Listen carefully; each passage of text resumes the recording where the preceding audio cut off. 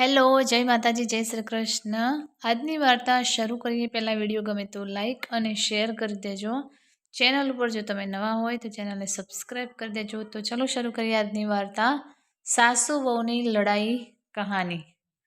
અવિનાશ, તું મારી વાત ક્યારે સાંભળશે? આખરે હું તારી પત્ની છું, કાવ્યાએ અવિનાશને ગુસ્સામાં કહ્યું. અવિનાશ કંઈ બોલ્યા વગર ઘરની બહાર નીકળી ગયો. હવે આ દરરોજ થાય છે. કાવ્યા તેના સાસુ સુલોચનાજીને ખૂબ માન આપતી હતી, પરંતુ સુલોચનાજી હંમેશા તેમને અપમાનિત કરવાનો પ્રયાસ કરતા હતા. આજે પણ કાવ્યાએ સવારે વહેલા ઉઠીને નાસ્તો તૈયાર કર્યો. અવિનાશને સોજીની ખીર બહુ ગમતી, એટલે તેણે નાસ્તાની સાથે ખીર પણ બનાવી અને બધાને પીરસ્યું. તેના સસરા રમેશજીએ સુલોચનાજીને અટકાવ્યા અને કહ્યું, કેવો વ્યર્થ ખર્ચ! સવારે દેશી ઘીનો હલવો. સુલોચનાજીએ કાવ્યાને ઠપકો આપતા પૂછ્યું, કેમ વહુ, આ દેશી ઘી તારા મામાના ઘરેથી આવ્યું છે?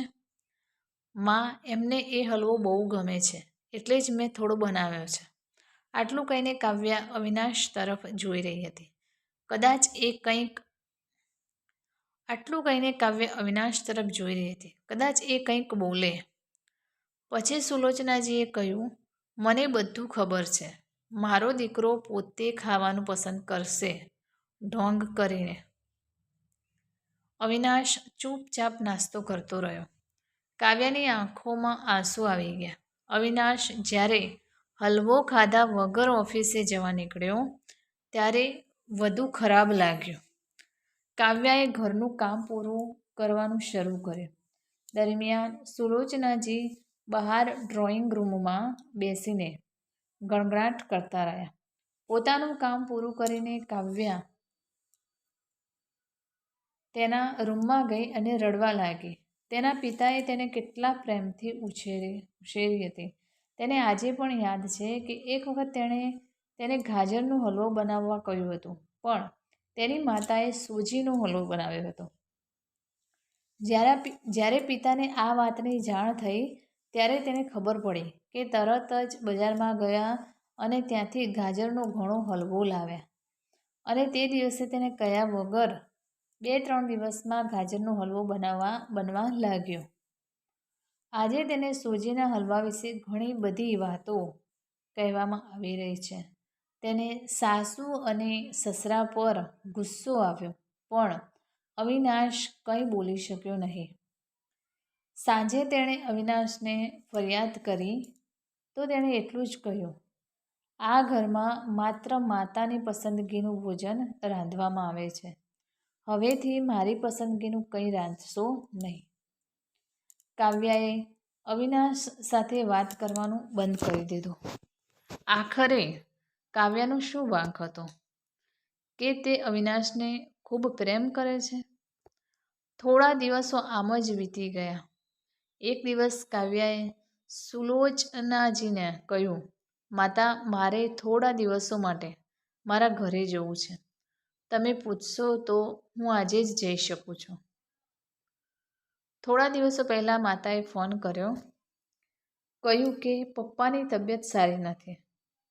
સુલોચનાજી જ્યારે પણ ત્યાં જાય છે 1 અઠવાડિયા સુધી પાછા નથી આવતા. ઘરનું કામ કોણ કરશે? તારા સસરા અને મારો દીકરો સાંજે થાકીને ઘરે આવશે. એમને અહીં ખાવાનું પણ નહીં મળે. હું છું. ચક્કર આવવું. હું રસોઈ કરી શકતી નથી. જો તમારે જવું હોય તો 1 દિવસ માટે જાઓ. કાવ્યા અનિચ્છાએ 1 દિવસ માટે પેહાર પહોંચે છે. ત્યાં પહોંચ્યા પછી તેને વધુ નવાઈ લાગી. ભાભી, મમ્મી, પપ્પા ક્યાં ગયા છે? કાવ્યાએ ગભરાઈને પૂછ્યું. બંનેને ઘરે ક્યાં લાગે છે? તેઓ તીર્થયાત્રાએ ગયા છે. ખબર નહીં ક્યારે આવશે પાછા. તમે કેટલા દિવસથી અહીં આવ્યા છો? કારણ કે મારે પણ મારી પોતાની પીઠ પર જવું છે. સંગીતા ભાભીનું આ વર્તન જોઈને કાવ્યા ચોંકી ગઈ. શું આ એ જ ભાભી છે જે ઘણું બધું બતાવતી હતી? તેના પ્રત્યેનું સ્નેહ. કાવ્યા સોફા પર બેસીને વિચારી રહી હતી. બસ પેલા ભાઈએ ઘરના કાગળો પર સહી કરી લીધી હતી. મેં મારો હિસ્સો છોડી દીધો હતો. કદાચ એ જ નિશાની માટે મારી સામે પ્રેમ વ્યક્ત થઈ રહ્યો હતો. કાવ્ય ઊભી થઈ. ભાભી, મને કોઈ કામ યાદ આવ્યું, હું ફરી આવીશ. આટલું કહીને તે ઝડપથી ઘરની બહાર નીકળી ગઈ. પાછળથી ગેટ બંધ થવાના અવાજથી તે સમજી ગઈ કે ભાભીને તેના જવાની કોઈ પરવા નથી. ભારે પગલાઓ સાથે ચાલીને તે મંદિરે પહોંચી ગઈ, કારણ કે જો તે સાંજ પહેલાં તેના સાસરે ગઈ હોત તો સુલોચનાજીએ તેને ઘણા પ્રશ્નો પૂછ્યા હોત. તેણીએ મંદિરમાં જઈને ભગવાનના દર્શન કર્યા. ભગવાનના ચરણોમાં માથું નમાવીને તે બહાર આવીને બેસી ગઈ. બસ પછી તેણે તેના માતા પિતાને સામે ઝાડ નીચે બેઠેલા જોયા. કાવ્યા તેમની પાસે દોડી ગઈ. કાવ્યાને જોઈને તેની માતા રડવા લાગી. દીકરી, તું અહીં કેવી રીતે આવી? પપ્પાએ પૂછ્યું. છોડો, હું અહીં યાત્રાએ કેવી રીતે આવી? કાવ્યાની ધીરજ તૂટી ગઈ. તેની આંખમાંથી આંસુ વહી રહ્યા. દીકરી, તારી ભાભી તને જૂઠું બોલે છે. તારા ધંધામાં પૈસા લગાવવા માટે ભાઈને મળ્યો, તેમના નામે મકાન, ઘરના કાગળો, ગીરો અને શાહુકાર પાસેથી લોન લીધી. એ પછી અમે બોજ બની ગયા અને ઘરની બહાર ફેંકાઈ ગયા. પપ્પા, હવે શું થશે? કાવ્યાએ રડતા રડતા પૂછ્યું. દીકરી, ચિંતા ના કર. આપણે ક્યાંક વૃદ્ધાશ્રમમાં જઈશું. તું તારા સાસરે જા. ત્યાં કોઈને આ વાત ના કહે. પોતાના માતા પિતાને આ હાલતમાં જોઈને તે તેમણે પોતાની સાથે લઈ જવા માગતી હતી, પણ જ્યાં તેના માતા પિતાનું સન્માન ન હોય ત્યાં તેનું સન્માન ક્યાંથી થાય? કાવ્ય ભારે હૈયે તેના સાસરે ચાલી ગઈ. આજે તેને એક છોકરી હોવાનો અફસોસ છે. હું ઈચ્છું છું કે તેના માતા પિતા માટે કંઈક કરી શકે. ઘરે આવીને એણે ઘરનું કામ બહુ જ મુશ્કેલીથી પૂરું કર્યું. એ પછી એ એના રૂમમાં જઈને ચૂપચાપ બેસી ગઈ. એની આંખમાંથી આંસુ વહી રહ્યા હતા. અવિનાશ એની ઓફિસના કામમાં વ્યસ્ત હતો. જ્યારે એને ઊંઘ આવી ત્યારે એણે કાવ્યાને પૂછ્યું, શું વાત છે?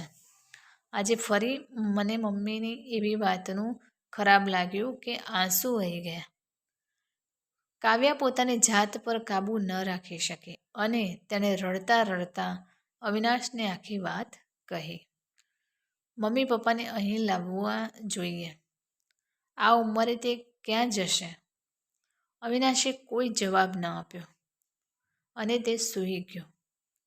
આનાથી કાવ્યા ખૂબ ગુસ્સે થઈ ગઈ. આજથી હું પણ તેમના માતા પિતાની સેવા નહીં કરું. હું જોઈશ કે તેમની કોણ સેવા કરશે. કાવ્ય રડતા રડતા સૂઈ ગઈ. તેની ચિંતા વધી રહી હતી. એક દિવસ તે શાક ખરીદવાના બહાને એક મંદિરમાં પહોંચી, પણ તેના માતા પિતા ત્યાં નહોતા. પંડિતજી, અહીં મારા માતા પિતા પેલા ઝાડ નીચે બેઠા હતા. ઘણા દિવસોથી તેનો કોઈ પત્તો નથી.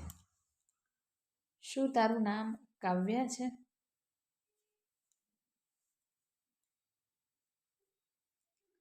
પંડિતજીની આ વાત સાંભળીને કાવ્યાએ પૂછ્યું. હા, પણ તમને કેવી રીતે ખબર? તારા માતા પિતાએ આ સરનામું આપ્યું હતું અને કહ્યું હતું કે તેઓ હવે અહીં રહે છે. કાવ્યાએ સરનામું જોયું. તે અહીંથી થોડે દૂર હતું. કાવ્યા મંદિરની બહાર આવી અને ઓટો રિક્ષા લઈને એ સરનામે પહોંચી. તેણે દરવાજો ખખડાવ્યો તો એક છોકરી બહાર આવી.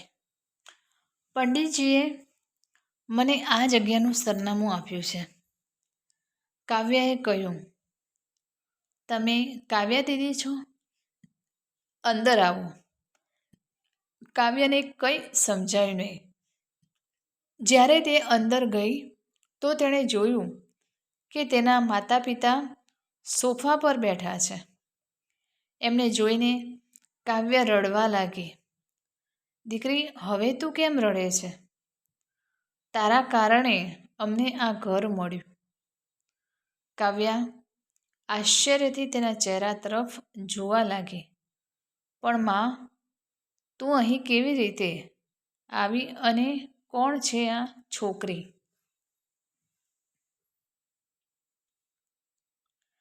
ત્યારે તેની માતાએ કહ્યું, દીકરી, તને યાદ છે કે તારા લગ્ન પછી તારી સાસુએ ₹40 લાખની માંગણી કરી હતી. તારા જમાઈએ ધંધો ખોલવો હતો એટલે તારા પિતાએ તેની માંગણી પૂરી કરી હતી. તું ખુશ રહે. જ્યારે તું અમને મળી અને બીજા દિવસે તારો જમાઈ આવ્યો, તેણે તારા પિતાના પૈસા પાછા આપી દીધા, કારણ કે તેણે કોઈ ધંધો શરૂ કર્યો ન હતો. તારા પિતાએ પણ ના પાડી, પણ તે રાજી ન થયા. પછી તે પ્રોપર્ટી ડીલરને મળ્યો અને 2 દિવસમાં ઘર ખરીદ્યું. ₹5 લાખ બચી ગયા. આ સાથે તેણે આ છોકરીને નોકરીએ રાખી, જે અમારી સંભાળ રાખશે. પણ માં, તેઓએ મને કશું કહ્યું નહીં. કાવ્યાની આંખોમાંથી તે રડતી રડતી ઘરે આવીને તે વિચારતી હતી, અવિનાશે ક્યારેય તેના માટે અવાજ ન ઉઠાવ્યો, પણ તેણે મારા માતા પિતા માટે કંઈક કર્યું તેનો પોતાનો પુત્ર પણ કરી શકતો નથી. રાત્રે તેણે અવિનાશને પૂછ્યું, તમે આવું કેમ કર્યું? સાસુને ખબર પડી જશે તો શું થશે? અવિનાશનો જવાબ સાંભળીને કાવ્ય રડવા લાગી. જેમ તારા માટે માતા પિતા છે, તેવી જ રીતે તેઓ મારા માટે માતા પિતા છે. પણ પૈસા લેતી વખતે મેં વિચાર્યું હતું કે એક દિવસ બધા પૈસા વ્યાજ સાથે પરત કરી દઈશ. પણ જ્યારે ધંધો શરૂ ન થઈ શક્યો, આ પૈસા મેં મારી પાસે રાખ્યા અને યોગ્ય સમયની રાહ જોઈ રહ્યો હતો. જો હું મારી દીકરીને મારા ઘરે લાવ્યો હોત, તો તેનું સ્વાભિમાન તેને રોજે રોજ શ્રાપ આપત. તેને તેની દીકરીના ઘરે રહેવું ગમતું નહોતું. મેં આ બધું કર્યું જેથી તેનું અપમાન ન થાય. અવિનાશ, મને માફ કરી દે. આજ સુધી હું તને ગેરસમજ કરતી રહી. પછી પાછળ ઊભેલા સુલોચનાજીએ કહ્યું, દીકરી, એ પૈસા અમે ઉછીના લીધેલા હતા. એ તારા પિતાનો ભરોસો હતો. મેં અને અવિનાશે પહેલેથી જ નક્કી કર્યું હતું કે વ્યાજ સાથે એ પૈસા પાછા આપીશું. હવે સૂઈ જાઓ. સવારે નાસ્તો સમયસર નહીં થાય તો સારું નહીં થાય. તેની વાત સાંભળીને કાવ્યા, અવિનાશ અને સુલોચનાજી જોર જોરથી હસવા લાગ્યા. તો મિત્રો, આ કહાની તમને કેવી લાગી તે કોમેન્ટ કરીને જરૂર જણાવશો. ને વિડીયો પસંદ આવ્યો હોય તો લાઈક શેર કરી દેજો. ચેનલ પર જો તમે નવા હોય તો ચેનલને સબસ્ક્રાઈબ કરી દેજો. ફરીથી મળીશું આવા જ એક નવા વિડીયો સાથે, વાર્તા સાથે. ત્યાં સુધી નમસ્તે, જય માતાજી, જય શ્રી કૃષ્ણ, હર હર મહાદેવ. Thanks for watching.